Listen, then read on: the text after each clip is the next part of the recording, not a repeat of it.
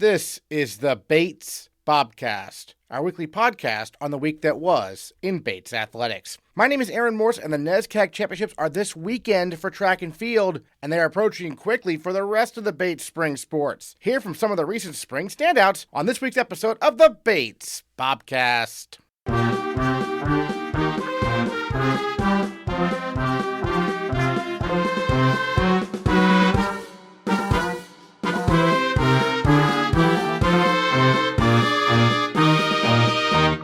The men's track and field team won the State of Maine Outdoor Championship for the fourth straight season on Saturday, and senior Jacob Goff was named the most valuable field athlete of the meet. Goff scored points for Bates in all three events he competed in at the meet, winning the state title in the shot put, taking second place to teammate James Guiney in the hammer throw, setting a new personal record with a top effort of 169 feet 2 inches along the way. And to cap things off, he finished fifth in the discus, making Jacob Goff our male Bobcat of the week. Well, Jacob, first time on the Bobcast, so tell me a little bit about your background. You're from Maine, and how did Bates get on your radar for college, being from the state? So I was kind of not going to be a college athlete. Never thought about doing track in college until my senior year.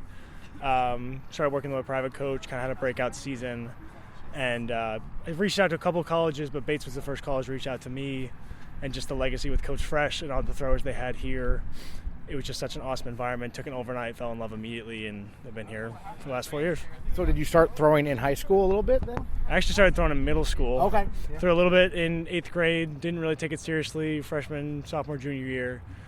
Senior year, like I said, took out some private coaching, and he really helped me out. And then it just kind of took off from there. Fell in love with the sport, and been going ever since. Did you play any other sports growing up, or was it really just throwing? I was a three-sport athlete. I was a soccer, baseball, and basketball player up until high school, actually. And then I dropped basketball and baseball for track, and then soccer kind of just got in the way at the end. So I was like, all right, we'll drop it senior year, and track was the only thing I did. I feel like soccer and throwing, there's not much compatibility. No, and I was way too big to be playing soccer. I was like 300 pounds, not a great look for a soccer player, but it was a fine build for a thrower at the time. Excellent. So, growing up, being from Maine, how aware of Bates were you? I mean, you're from Scarborough, so a little south, but I mean, like just middle school, high school, did you kind of get aware of it later or early on? So Bates was actually on my radar really early, because my neighbor is the dean of students right now. So I growing up, I hung out with her kid all the time, both of her kids actually, and she had been either the dean of housing that time, and now she's the dean of students. Sure. So I had talked to her about it a bunch, but I just didn't like it until senior year. And then I was like, no, Bates is really awesome. And then here I am. So I knew about it for a while. I just didn't like it for a long time. Didn't like the idea of staying in state, or? No, I like staying in state. I almost went to Bowdoin. I didn't mind it. I just didn't. No, Bates wasn't for me. And then I took the overnight. I loved the people, and I was like, all right, this is the place. Excellent. Now, obviously, throws coach, we're working with him right now, Danny Kylie. Tell me a little bit about him. Danny Kylie is wonderful. He is. He has been the source of a lot of help for me. I've done a lot of growing in the last 3 years since he came. He came my sophomore year. I had the first year with Coach Fresh, sure. And he was unbelievable. And then I had some hardship with injuries and some maturing I had to do that he was really patient and helped me walk through. And he's made me an infinitely better thrower. Him and Coach K have really done more than they should have had to do to help me get to where I am. So I just want to say thank you to them. Awesome. And then in terms of the events, it seems like shot put's your best event. What are your thoughts on the events, kind of? Shot put is my best event. Shot put is my favorite event. Hammer's a close second, and I hate discus. I don't get it at all. It doesn't make any sense to me, but I'm tall and I should throw it, so we do anyway. But it's close enough to shot put where I can make it work. But yeah, if I shot's the core, and then hammer's the second. And you got the state title there in the shot put this past weekend, and obviously we'll be competing at NESCAC this weekend. But tell me a little bit about why that event stands out for you as being your favorite. So being from Maine, hammer really wasn't a thing we could do. We weren't allowed to compete in high school. So shot was the main thing I did. When I started working with my private coach in high school, it was July through March when we were in season. So we did a lot of shot put training, and we didn't really touch the discus. And then when the time discus was going to come up, COVID hit. So it was just, I'd done so much training in shot put. I was just so much better at it. And I just fell in love with it because I was better at it. And it just made so much more sense technically to execute. So I've stuck with it ever since, and here we are. Now, Coach Kalina was mentioning to me that he loves to have the seniors like yourself work with the first years, the younger throwers, kind of coach them as well. What's that experience been like? It's been really rewarding because you come in as a freshman thinking you know a lot more than you do, and I remember I had Johnny Rex, Liam Byrne, John Everett, who were wonderful role models for me. And sometimes you don't always understand where they were coming from, especially as a first year. But to be in their shoes and have that experience, it's really nice to be able to look at the freshmen and be like, you have so much potential. You just got to do this and help them kind of calm down, collect themselves, and do the things that you wish you did when you were a freshman, sophomore, and a junior. I think Matt Charpentier, he's first year, and he's from Maine just like yourself, so what's that like? He is. I actually met him when I was still in high school before I came here. I saw him. He was class B, I was class A, but I'd seen him compete a bunch. I'd heard his name, so it was really cool to get him to commit here and just have him training here. He's unbelievably talented. He's got to get a little bit more technical, but he's got a really bright future ahead of him. Let's talk about the state meet a little bit. Obviously, another victory for the Bobcats, and it was kind of cool to see James and you go 1-2 in the hammer. I mean, I'm sure you guys take pride in trying to do that, right? Yeah, it was so cool. James has been there since day one, and having him have so much success, especially this indoor and now this outdoor, has been so cool to see. He's been there the whole time working with me, and he just figured it out this year. He put in so much work this summer where he was training, he was always sending videos, always lifting, his weight room numbers went crazy, so it's really exciting to see him finally get the success he deserves. So it was really awesome to see him win that. I feel like both of you guys are like on the fringes of like those top 10 lists, but they're so hard to get to, aren't they? The top 10 lists are brutal. It's someone you're always excited for the sprinters and the jumpers, right. And you're like, oh, they're on the top 10 list, and you're like, I'm looking at, I'm not an All-American in the weight, so it's not even close. I'm like, oh, I'm top of New England, but I'm like 20th all-time at Bates. I'm not even on a top 10 list at Bates yet, and it's just not discouraging, but it's so cool to try and chase those numbers where once you can get on a Bates top 10 list, you're like, okay, especially as a thrower, I'm legit. It's an accomplishment. Do you hear from the alums a lot? I hear mostly from the ones I worked with. Yeah. So I hear a lot from Liam Byrne. Yep. He was someone I looked up to a lot. He graduated last year. He's still throwing at Minnesota State. So we're still close. We still talk a lot, and he was really helpful. Watching him throw and grow, he taught me a lot. Still talk to Coach Fresh quite a bit. Sure. He reaches out a lot, which is always helpful because he's such a genius when it comes to technical throwing, and just always nice to talk to. We had also Nick Margitza came out to one of our meets, which was always awesome, and Rich McNeil, who actually was a staff member here at Bates for a while. Yeah. So I talked to him a couple. I remember seeing at the field hockey game. I was watching Bates beat Bowdoin, and I was just talking throws with him for a little bit. So it's always nice to have that community around. Excellent. Well, any other thoughts you want to share on the state meet and NESCAC's coming up? Anything you want to mention we haven't got to talk about? Not really. State's meet's in the past. NESCAC's the future. We're going to go try and win it. Yep. I mean, you got some big comp. Tufts Williams, Amherst are some big names, but I think Bates can hang with them. So I'm excited to see where it can go. All right, Jacob Goff, Male Bobcat of the Week. Thanks so much. Thank you for having me. The women's track and field team took third at the Maine State Pine Tree Classic on Saturday, with seniors Chrissy Amon and Olivia Kozik winning state titles in the 800 meters and triple jump, respectively. Meanwhile, sophomore Kylie Musante continued her impressive debut track season, winning the 1500 meters in 4 minutes, 47.04 seconds, and helping Bates place second in the 4x400 meters. And she is our female Bobcat of the Week. Well, Kylie, my first question for you is, obviously you are on the soccer team. This year, your sophomore year, decided to join the track team. So tell me a little about what went behind that decision and how you enjoying it so far. Coach Johnson watched a few of the soccer games, and he basically tracked me down and recruited me through watching some of the games. And playing or running track is something that I've wanted to do since high school. And so I finally just said, why not? So I wouldn't have any regrets, and I love it. Excellent. Did Coach say anything about what he noticed in particular? I mean, obviously speed, but in soccer, what made him think you'd be good for the track team? I think my tenacity. So, like, when I lose the ball, going to get it back. And I think he likes my aggressiveness as a soccer player and thought that would transfer to track. Great. Well, when you were in high school, obviously playing soccer, looking for colleges, what made Bates the place for you? So Bates, the recruiting process was kind of difficult for me soccer-wise. I mean, injuries, COVID, and all that kind of messed it up. And so Bates was actually added to my list kind of later on in the process. And through just looking at different NESCACs, I knew they were insanely good schools. And then I visited Bates, and I just loved it. So. Gotcha. And then, what's it been like transitioning from one sport to another, you fall into winter in terms of this year, soccer into track? What were some big adjustments you had to make? Adjustments, honestly, I don't think there were many because the practices are around the same length and time, and I just find that I work a lot better as a student when I'm constantly go, go, go. So the transition wasn't that difficult. Honestly, maybe a little better because for soccer, we travel a lot and there are a lot of double headers. And so with track, we just have one meet a week, so it's not as much travel. Well, speaking of meets, this past weekend you were at Bowdoin for the Maine State Pine Tree Classic, and you won the 1,500 meters and set a personal record. Take us through that race from your perspective. So this is my second time running the 15. The first time was at Wesleyan, both rainy days, so maybe I do just run better in the rain. I'm not sure.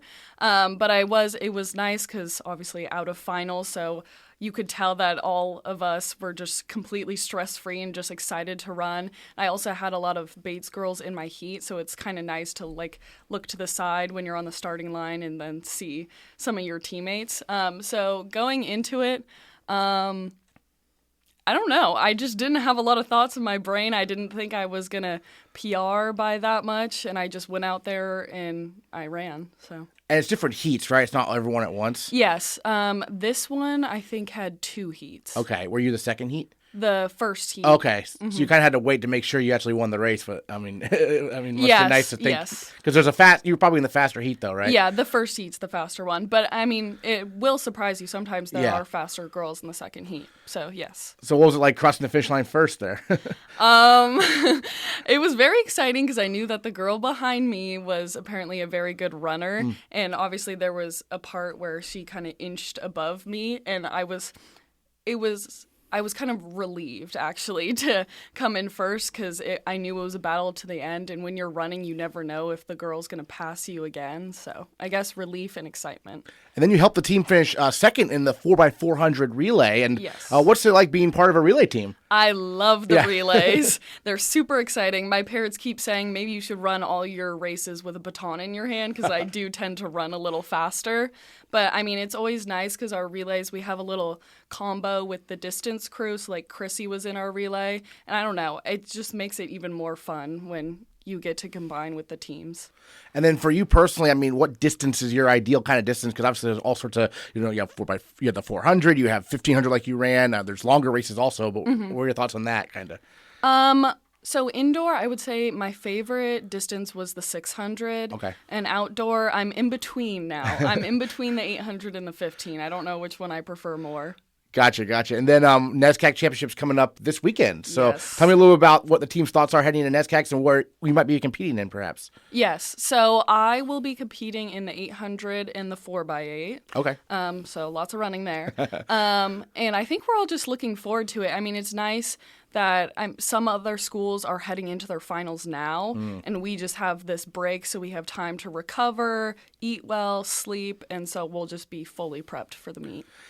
Coming into the track season, having never run track before, and you've obviously had a lot of success, this being your first year, has it surprised you a little bit, or we were coming in pretty confident, like, oh, I'm going to do pretty well here? Oh, I did not come in confident. No. I knew I was in shape from soccer, and I've always enjoyed running, and I guess just Coach Johnson saw something in me that he knew would transfer to track, so he's not surprised, but I am quite surprised. All right, well, Kylie, thank you so much for joining us on the Bobcast. Congrats again, Female Bobcat of the Week. Thanks again. Thank you. The softball team split a doubleheader with Bowdoin on Sunday, winning Game 2 by a count of 6-3 behind a complete game effort from sophomore Delaney Rankin in the circle. Rankin struck out 6 batters along the way and also went 1 for 3 at the plate with a run scored. Well, Delaney, just tell me a little bit about, year 2 in the Bates softball program for you as a pitcher. What are some things you've been working on kind of year 1 to year 2 to, keep improving kind of as we go along here? So year 1 to year 2, I've really been working on my ability to go 7 innings strong. And so in the winter, I was in the gym a lot, working to get stronger and throw the ball harder. And I was trying to get my spin pitches tighter. So, yeah.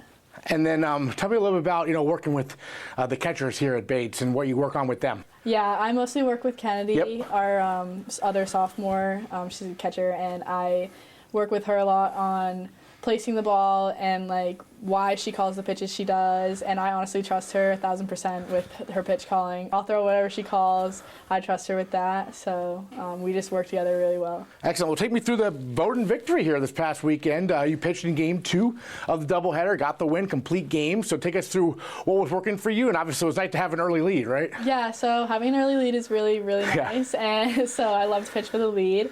I think we scored in the second or third inning there, and I was just trying to keep us keep their runs low, and so that we could maintain our lead. And I think that Kennedy and I were just working really well together, and she kept me very grounded when things started to get a little rocky in the 6th inning. But yeah, I think it was a really good game overall, and I think we were just all working really hard. It was a full team effort. And I was watching the video footage. Kennedy crushed that home run, huh? Yeah, she did. I knew it was coming too. Yeah. And then your hometown last year was Vermont. We have you in Maine now. Yeah. So actually, my hometown, if you look me up on the Bates records or whatever, it has said that I'm from Harrison, Maine.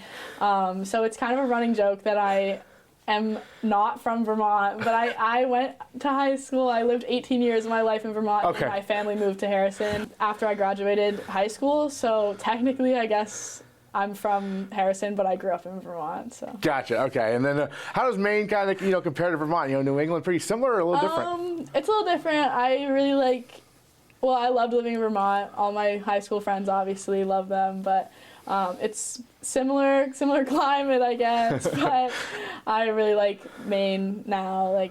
I love the people I have here. So. I was going to say, yeah, being from New England, pitching some of these interesting conditions is not a problem for you, it sounds like. No, not a problem. I pitched in the snow, so. And then tell me a little bit about, your schedule you have coming up here. Obviously, hoping to get some home games in at some point, but what's the softball team most looking forward to here down the stretch? We're really looking forward to having some home games. Yeah. It was tough last weekend when we had to play 4 home games away at Bowdoin, but it was nice that we got to use their field. Yeah, we're looking forward to being at home. We have a big week this week, big NESCAC week, and non-conference with Husson. So we're just hoping to get some wins. This CBB, we took one from Bowdoin, so we're hoping to take some from Colby too.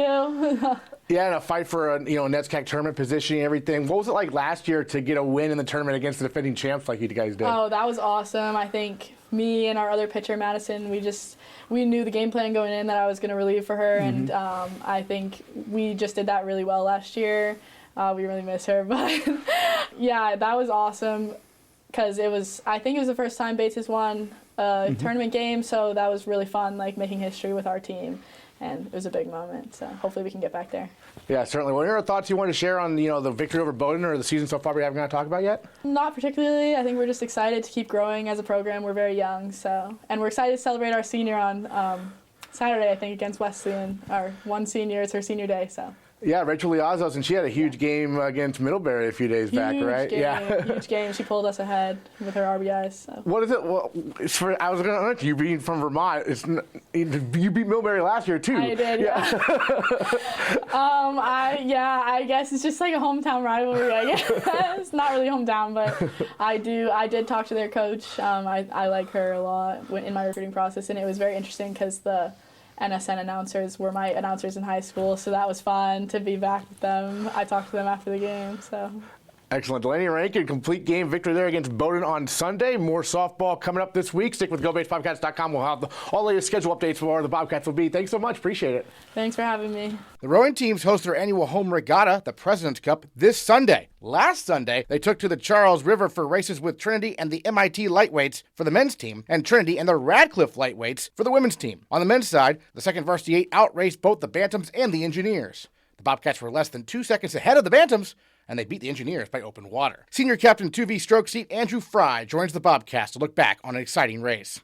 Well, big day there down the Charles River for the men's rowing team. The second varsity 8 beating both Trinity and the MIT Lightweights. Senior captain stroke seat Andrew Frey with us here on the Bobcast. And Andrew, just first of all, take us through the race from your perspective as the stroke seat and what allowed the team to have so much success there. Yeah, well, thank you for having me. It was a really great day of racing. We, off the line, were a bit behind, but we had a race plan going through, which was really to just hit it hard in the middle 1,000. And our coxswain Darian Chang did a really great job holding us to it, making sure that we were setting a good rhythm, good base rate, and then just really holding us accountable. And we pulled through in the sprint, and it was a close race throughout the whole thing. But yeah, it was ended up going in our favor, and super, super stoked about it. I noticed you're wearing a Trinity shirt, and that's a tradition in rowing, right? If you beat them, you get their shirt. So what's that like, that exchange? Yeah, so I'm a senior now. Yep. And we had never faced Trinity before NER and IRCs, two of our bigger races coming up later in the season. So super stoked to have a shirt. Yeah, so when you race crews, the winning team gets the other team's shirts off their backs, so to speak. So it's kind of it's a privilege to have other teams' shirts for sure, and kind of just it makes you feel like you've earned it. Yeah, certainly. And you mentioned, you being a senior, you're also one of the captains. So take us through that leadership role for you in that boat, because the second varsity 8 sometimes will have younger rowers, and you're the leader there, right? Yeah. So I would say captainship on the rowing team is you really have to hit it hard during the winter when the river's frozen and we're in the erg room and we're not practicing with our coach, and really just holding the guys accountable, keeping we like to say PMA, high positive mental attitude. So guys come in and they're excited and they're ready and willing to work, so that when spring comes, we can hit it hard and then begin to win races. Yeah, certainly. And then just what's the team like this year? What's the boat like in the 2V? What's the group kind of dynamic? I would say we have a very deep team this year. We have a ton of walk-ons who are really putting it out there and trying to learn the sport, which is just awesome to see. Our 3V is super competitive, and we've been having a lot of sea racing this past few weeks or as we like to call comparisons, to really try and dial in lineups going forward. And the 2V or the V16 rather, is just always been competitive, and we continue to get competitive as the season goes on. We always make progress, and it's just great to see. I think we have a lot of great guys, and it's been super exciting. We finally get a home regatta this Sunday. It's the only home regatta every year for the rowing teams, but it's always very exciting, the women and the men. It's all the scores combined to see who wins the President's Cup against Bowdoin and Colby. What do you enjoy most about the President's Cup? Well, I think the atmosphere is incredible. Getting so much support from Bates students and faculty is really something that we don't get a lot because, like you mentioned, it's our one home race. But also just Bowdoin and Colby are amazing competitors. We've managed to hold the title for, I think, the past 12 years or some odd amount of years. COVID won a couple times. The Wind won one time. Yeah. But Bates has won the outright title 10 straight years. Yeah. Yeah, so they come at us with absolutely everything. And so we give them the competitors that we are, and we look forward to racing them. Yeah, certainly. And then, you mentioned the two bigger regattas coming up, New England's and NIRC's. What are your early thoughts on kind of those? It's going to be close. Yeah. I think D3 for rowing this year in particular, it looks very deep and very competitive. A lot of the teams the way it's shaping up is that, as we cross the finish line, we're going to have a lot of overlap between boats. It'll be a very close field. And I think all the guys are super excited to kind of go out there and prove ourselves. Yeah, certainly. Well, you're a senior now, but take us back when you were in high school looking at colleges. What made Bates the place for you? Well, with COVID and everything, I wasn't actually sure that I was going to row. So I came to Bates and tried it out, and the practices and schedule in school was all, completely different. But I liked just the work ethic that the guys had and a lot of the attitude that we have and take towards being a student athlete. And I think as those guys began to graduate, we took that and we tried to really improve it and make steps to the team that we are today, which I think is really one that enjoys working hard, but then also playing hard too. When did you start rowing growing up? So I started my freshman year of high school, and I was actually a coxswain for a year and a half. Yeah, I had a bit of a growth spurt, so I grew the position. But I, was didn't hit my growth spurt yet, so I wanted some sport to make me stronger. And my mother suggested rowing, and that's kind of how this all got started. So you started out as a coxswain. So what was it like moving from coxswain to actually, being one of the people, moving the oars? It was a bit of a transition. Yeah. Thankfully, I would cox on water days and row on land days. Okay. So I had a bit more of a smooth transition, but it was definitely nice to get a full perspective of the different positions in the boats. And I think that made me a better rower today. Yeah, and your stroke seat, obviously rowing is very much a team sport, but the stroke seat does have kind of an extra cachet sometimes, I guess, if you will. What's the key to being a good stroke seat? Just setting a rhythm, yeah. I think, and responding to your coxswain rapidly. So, if whatever they say, you are kind of the one to put it into action. So just setting a good rhythm that all the guys behind you can follow. It's really just, it sounds simple. It's a bit more hard than that, but yeah, it's definitely a privilege to be in the seat. Yeah, you mentioned your first year. For those of you keeping track, the senior class this year, their first year was 2020, 2021. So we're in the height of COVID in the fall. Nothing's going on. We get a little bit in the spring, if I recall, your freshman year. But obviously, maybe as a first year, you didn't get an opportunity. I don't know. Did you get on the water at all? So, yeah, it was a weird mix of being in singles. And yeah, we were, like, the first day we got in an 8, there was a COVID outbreak. So that shut it down. Yeah. But then towards spring, the V16 were able to practice in 8s and able to race a few times. Mm-hmm. So I was a spare for those races moving forward. But yeah, it was a strange period of time for sure. So your first real season was your sophomore year. What was that kind of like, getting into the groove? That was exciting. Yeah. Totally exciting. We had a great senior class, and it was awesome to see the transition of what our experience with rowing had been to what it was supposed to be like. Yeah, it was great. Excellent. What are your thoughts you want to share on this past weekend's races for the men's rowing team, just for your boat and also the other boats as well, perhaps? Yeah, totally. I think it was a really strong weekend just for the team in general. The 2V had a victory, but that you can only have a victory in one boat. Just like a victory in one boat is a team victory, so to speak, because the 3V pushes the 2V, which pushes the 1V. And all boats across the board had made a serious improvement since our races against Wesleyan and Tufts. And having never raced Trinity before this early in the season, it's almost more than we could hope to be both right next to them and beating them in some cases. Yeah, it was super amazing. And the 2V beat the MIT lightweights. And I believe this weekend, before the President's Cup, you're squaring off against the MIT heavyweights, right? Yes. So what are your thoughts on that? We're expecting some stiff competition for sure, but we're going into it super excited. All right, Andrew Frey, senior captain of the Bobcat stroke seat in the second varsity, victorious over the Bantams and the Engineers this past weekend there on the Charles River. Thanks so much. Yeah, thank you. The women's second varsity 8 had perhaps the most interesting finish of the day as they tie the Radcliffe lightweights for second place, a rarity in rowing, where you can break times down to a hundredth of a second. Senior 2V coxswain Oli Seline joins us to look back on the dead heat. We've got women's second varsity 8 coxswain Oli Seline with us here on the Bobcast, and you had quite the interesting race this past weekend. You actually finished in a tie, dead heat, with the Radcliffe team, or Radcliffe crew, I should say. Take us through that race and what's it like to finish in, I've never seen that before, honestly, in a dead heat.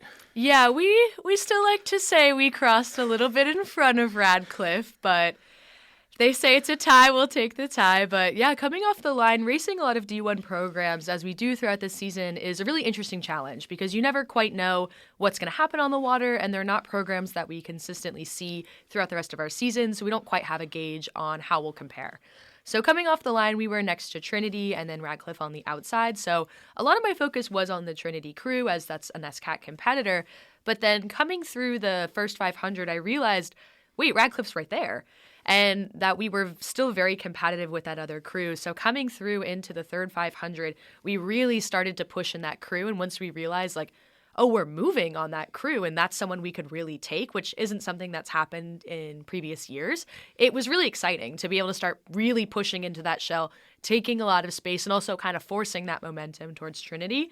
And then coming across the line, it was I'm on stroke seat, I'm on coxswain, I'm on stroke seat, but we like to say we think we finished a little bit ahead, but that's okay. We'll still take the tie because it was a really awesome race to bring some momentum into the back half of our season. Yeah, certainly. And last time we had you on, you had actually just, I think, coxed the first varsity 8 at the head of the Charles. Mm-hmm. And you're the 2V coxswain right now, and you also coxed the 2V at the head of the Charles this past fall. So take us through that race in the fall and that experience, because I feel like that's really a coxswain's time to shine, right? Yeah, so this fall, it was really interesting. We obviously had a lot of members abroad, and we graduated out a pretty large class, but our first-year class has been absolutely phenomenal. They bring so much energy and positivity to the team, and we've absolutely adored bringing them into the program. So coming into the head of the Charles, I was really excited because I had a relatively young crew and a lot of people who either have never raced the Charles or have never raced it with a Bates uniform. So that was really exciting. So taking through that race, we started in a field of first varsity 8s, but knowing we had WPI behind us, we actually had a pretty exciting moment at Weeks where we were dead even with them for about 500 meters. And I remember looking at them, looking at my stroke seat, being like, okay, if they're not going to walk us, I'm not going to yield. Like, we got to go. So it was a very exciting race to kind of push off of those other 1V crews, really start to make some space for ourselves, and just give a lot of competitors their first shot wearing the Bates B down the Charles course, which is always incredibly exciting. And Weeks for the amateurs, novices around, that's one of the bridges? Yes. So Weeks is a 90-degree turn through a bridge. Okay. So it's definitely a tricky spot. You don't want to get caught on the outside of another crew. You want to take it alone and make sure that you can really hit the turn without having to worry about anybody else. And for those who don't know, Oli was featured today, I think, in Row 2K, which is basically where everyone goes for their rowing news nationally, kind of, row2k.com. You were featured, and I know Lucy Del Cole's been featured before. So what's it like to have both the Bates coxswains now having been featured on that website?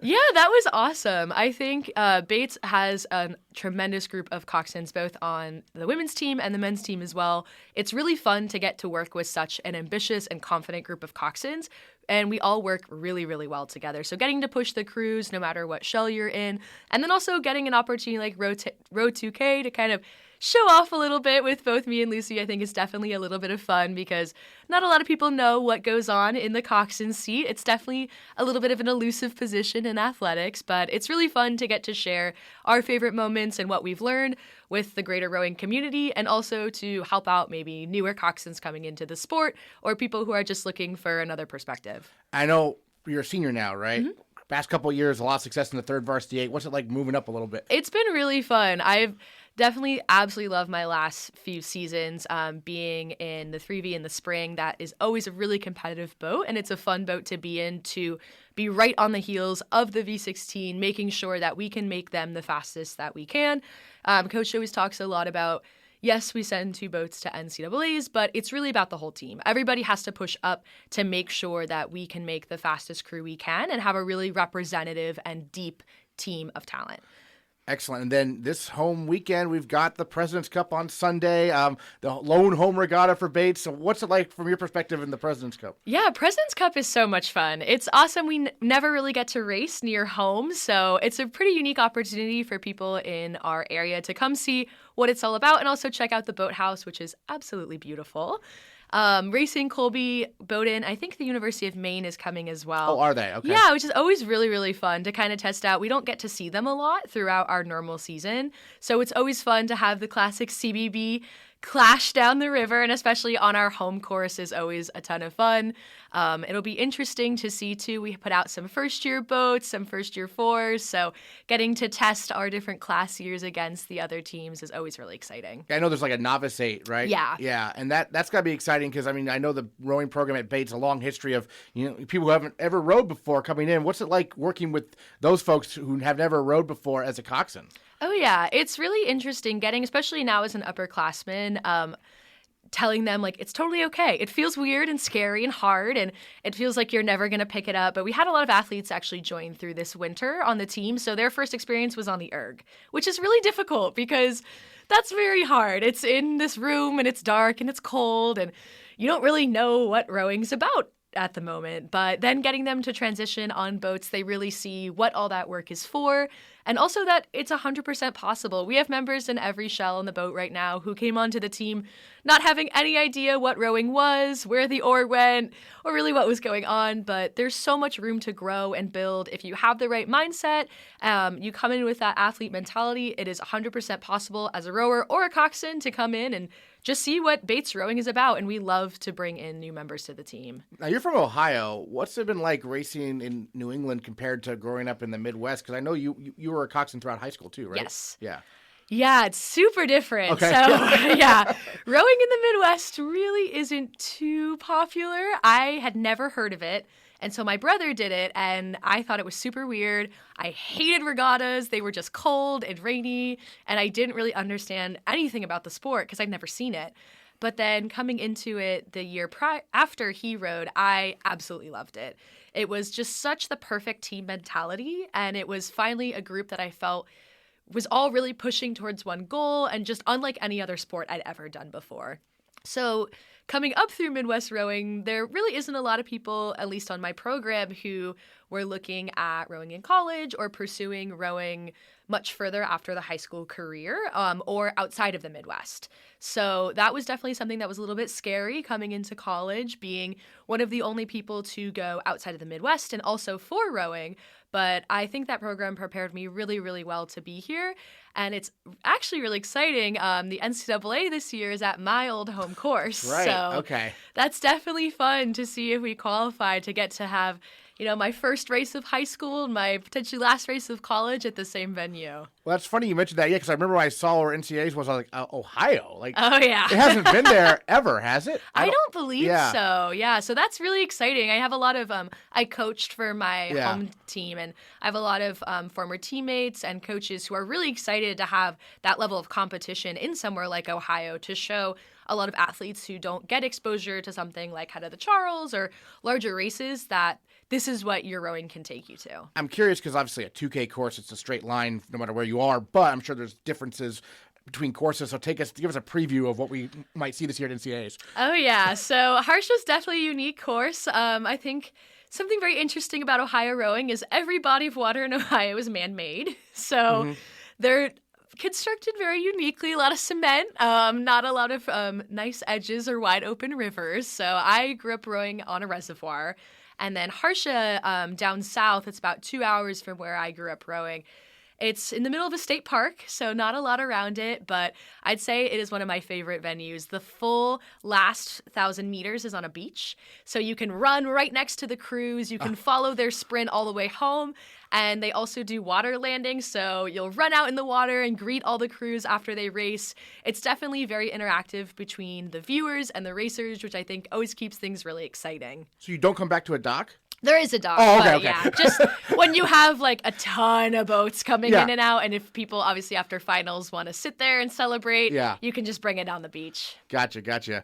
Excellent. Well, any other thoughts you want to share on the team so far and what you're looking forward to most with the championship season coming up soon? Yeah, I am really, really excited to see the rest of the season for this team. As I mentioned earlier, we have a lot of first years come in who have the best energy that we could have had on this team. And I think everyone from top to bottom going through every class year and then obviously with our seniors, we're really excited to see where we can take this team. We've been building momentum through the start of the season, pushing, obviously now we're in the latter half, so a lot more practices, speed work, getting quicker, kind of starting to fine-tune things up.